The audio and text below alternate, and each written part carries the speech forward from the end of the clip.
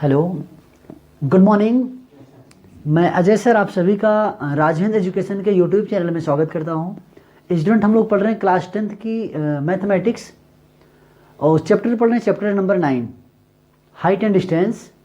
Height and distance में हमने कुछ क्वेश्चन कर लिए थे इसके पहले वाले वीडियो में। आज जितने क्वेश्चन बचे हुए हैं रिमेनिंग क्वेश्चन, उन सभी क्वेश्चन को हम लोग यहाँ पे सॉल्व कर लेते हैं। ठीक है, तो क्वेश्चन नंबर हमने 1 to 11 हमने कर लिया था पिछले वाले वीडियो में। इस वीडियो में हम लोग क्वेश्चन नंबर 12 से लेके जितने भी क्वेश्चन बचे हुए हैं सारे क्वेश्चन कर लेंगे इसी वीडियो में। ठीक है, तो चलिए हम लोग अपना क्वेश्चन पढ़ते हैं। क्वेश्चन नंबर 12 कह रहा है, from the top of a 7 metre high building the angle of the elevation of the top of a cable tower is 60 degree and the angle of the depression of its foot is 45 degree, determine the height of the tower. यानी ये कह रहा है कि एक building है जिसकी height 7 metre है और बिल्डिंग के टॉप से केबल के टॉप को अगर हम लोग देख रहे हैं, यहाँ पे इतनी बड़ी हमारी बिल्डिंग है और ये केबल टावर हमने बना दिया है B to E। ठीक है, जब हम लोग बिल्डिंग के टॉप से केबल टावर के टॉप को देखते हैं तो वहाँ से एंगल बनता है 60 डिग्री का, और जब हम बिल्डिंग के टॉप से केबल टावर के फुट को देखते हैं तो हमारा एंगल बनता है 45 डिग्री का। तो इस कंडीशन में कह रहा है कि हमें height of the cable tower की हाइट फाइंड करनी है।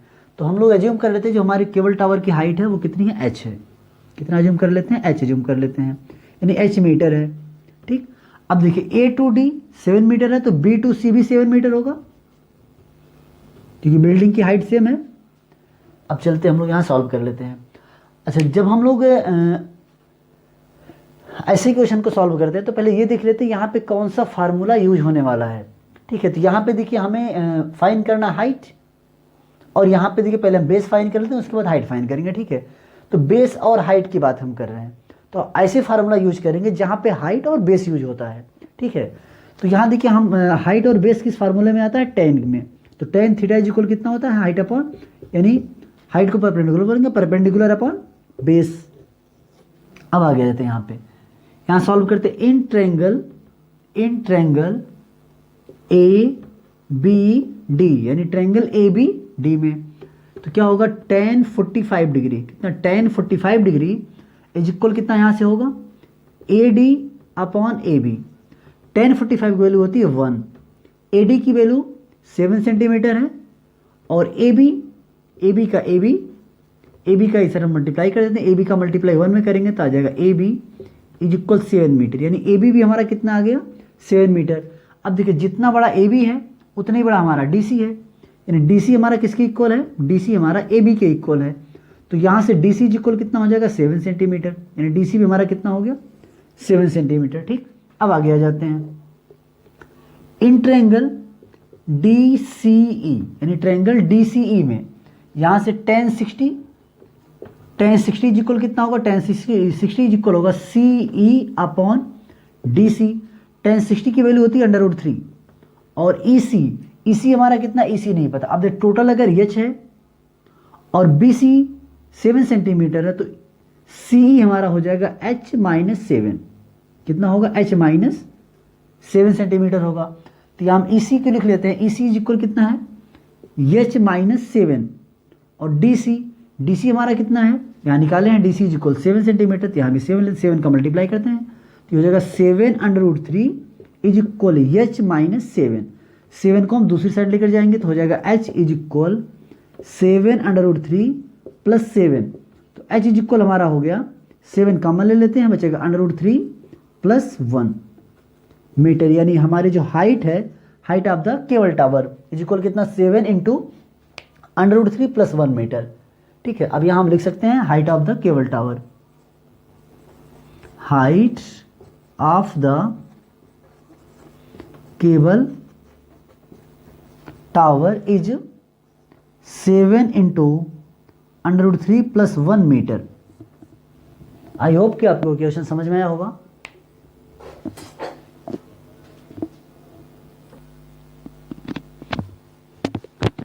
Question number 13, as the observe from the top of a 75 metre high lighthouse from the sea level the angle of the depression of two ships are 30 degree and 45 degree. If one ship is exactly behind the other on the same side of the lighthouse, find the distance between two ship, यानी ये कह रहा है कि एक light house है जो सी के पास है, ठीक है, समुद्र के पास, और समुद्र में वहाँ से सी लेवल के ऊपर से टॉप से यहाँ पर से जब देखा जाता है तो समुद्र में दो शिप आ रही हैं उसी की साइड, एक के जस्ट पीछे दूसरी शिप है, हमने पहली शिप को सी एज्यूम कर लिया, दूसरी शिप को डी एज्यूम कर लिया। जब इस लाइट हाउस से दूर वाली शिप को देखा जाता है, जहाँ डी के पास वाली शिप को देखा जाता है, तो एंगल हमारा बनता है 30 degree. Angle of the depression, depression angle होता है जब हम लोग सीधे से नीचे देखते हैं तो एंगल ऑफ द डिप्रेशन होता है, जब हम लोग नीचे से ऊपर देखते हैं तो एंगल ऑफ द एलिवेशन होता है, ठीक है। तो डिप्रेशन आप पहले सीधे देखा जा रहा था, फिर यहाँ से देखिए ऐसे देखा गया नीचे की तरफ, जहाँ पे पहली वाली थी, तो यह एंगल बन रहा था 30 डिग्री का। कितना बन रहा था ये? 30 डिग्री का, ठीक है।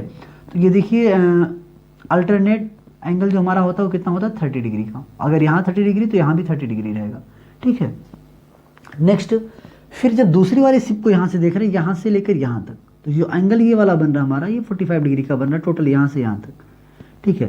तो यहाँ देखिए 45 डिग्री, फिर वही अल्टरनेट एंगल यहाँ 45 डिग्री हो जाएगा, ठीक है।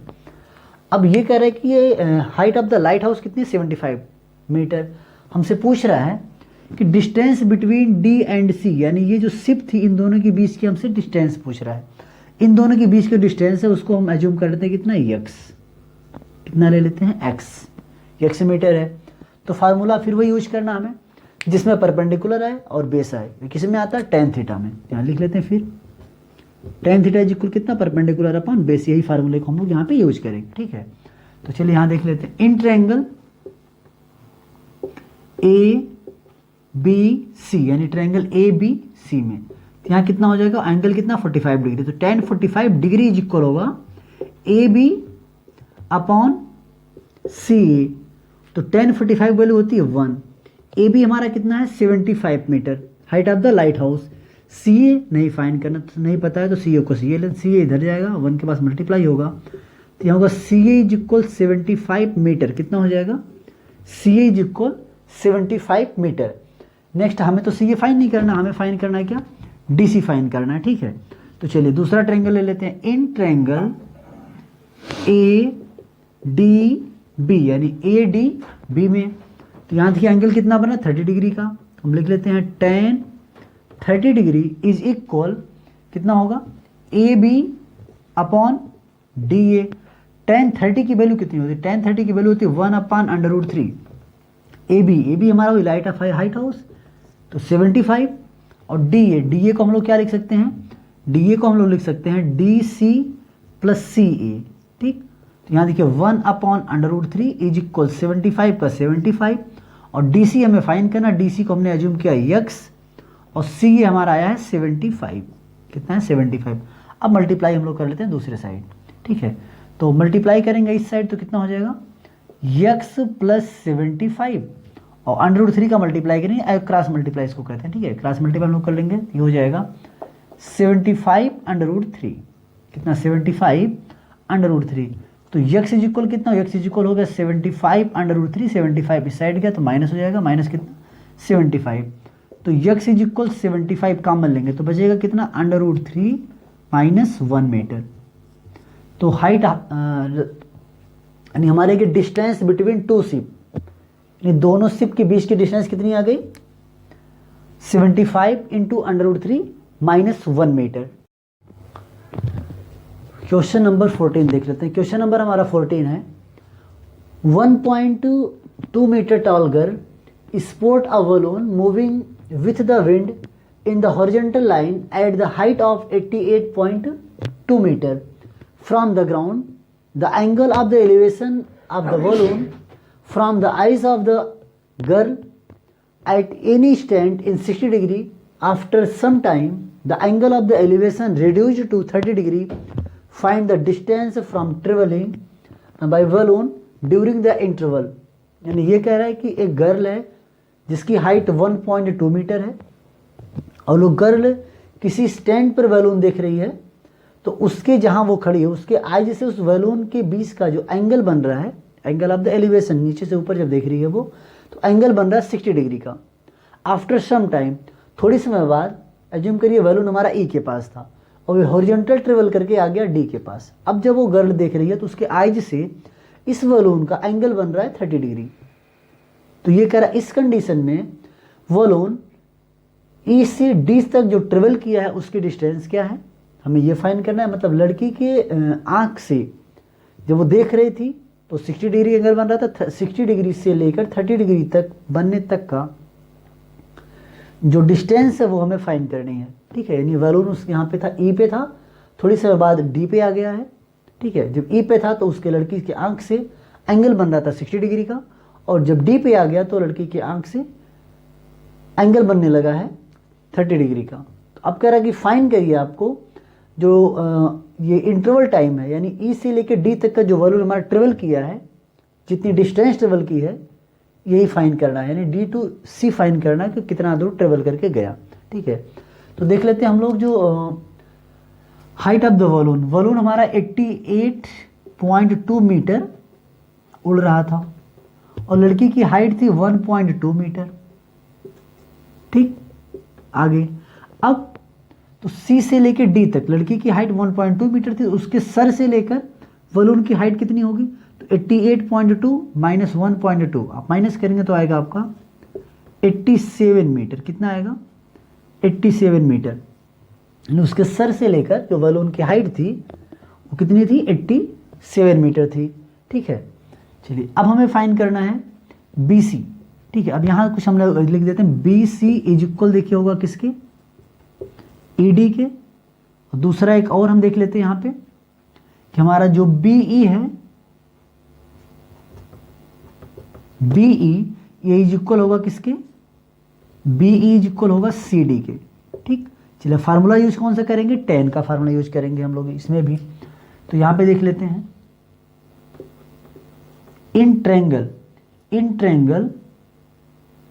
ए बी ई, यानी ए बी ई में कितना होगा, tan 60 degree is equal B E upon A B.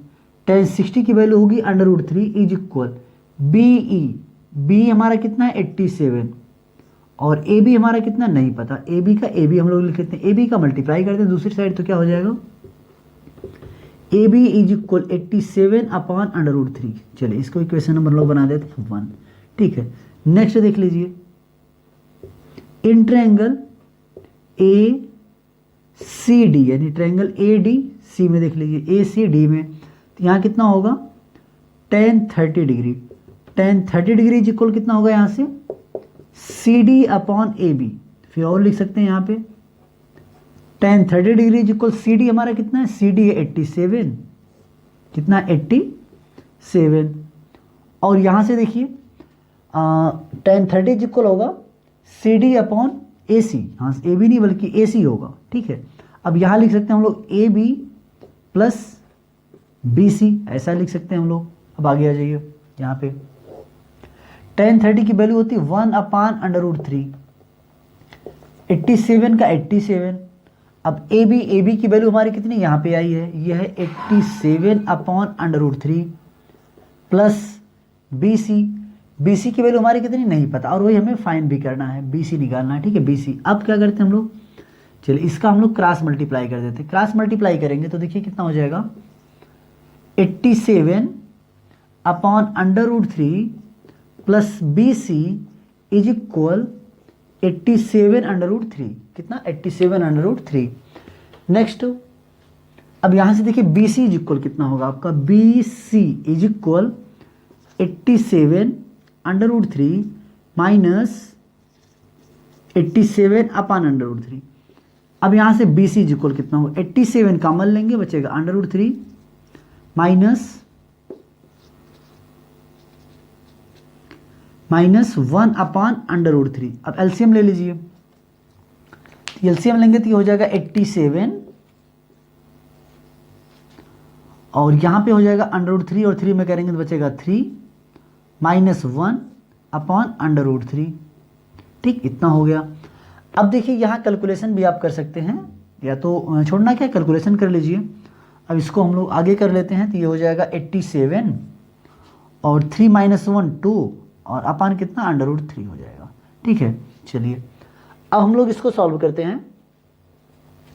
तो ये देखिए यहां से हम लिख लेते हैं BC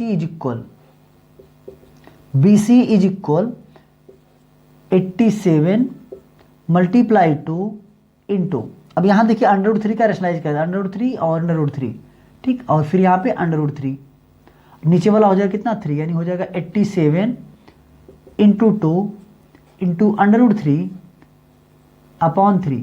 तो 3 से डिवाइड करिए, 87 कट जाएगा तो कितना आ जाएगा, 3 से डिवाइड करेंगे तो होगा 3 2 जा 6 बचा 2 और 7 3 9 जा 27 मल्टीप्लाई 2 √3 अपॉन नीचे से कट गया। अब मल्टीप्लाई किया तो 29 मल्टीप्लाई 2 कर दीजिए। तो यहाँ पे लेते हैं 29 मल्टीप्लाई 2 से मल्टीप्लाई करेंगे तो कितना हो जाएगा 29 मल्टीप्लाई 2 होगा 58 √3 मीटर। यानी जो हमारा बलून ट्रेवल किया है वो कितना है 58 √3 मीटर बलून हमारा ट्रेवल किया है। यानी B से लेकर C तक की हमारी जो डिस्टेंस है वो कितना 58 √3 मीटर, ठीक है।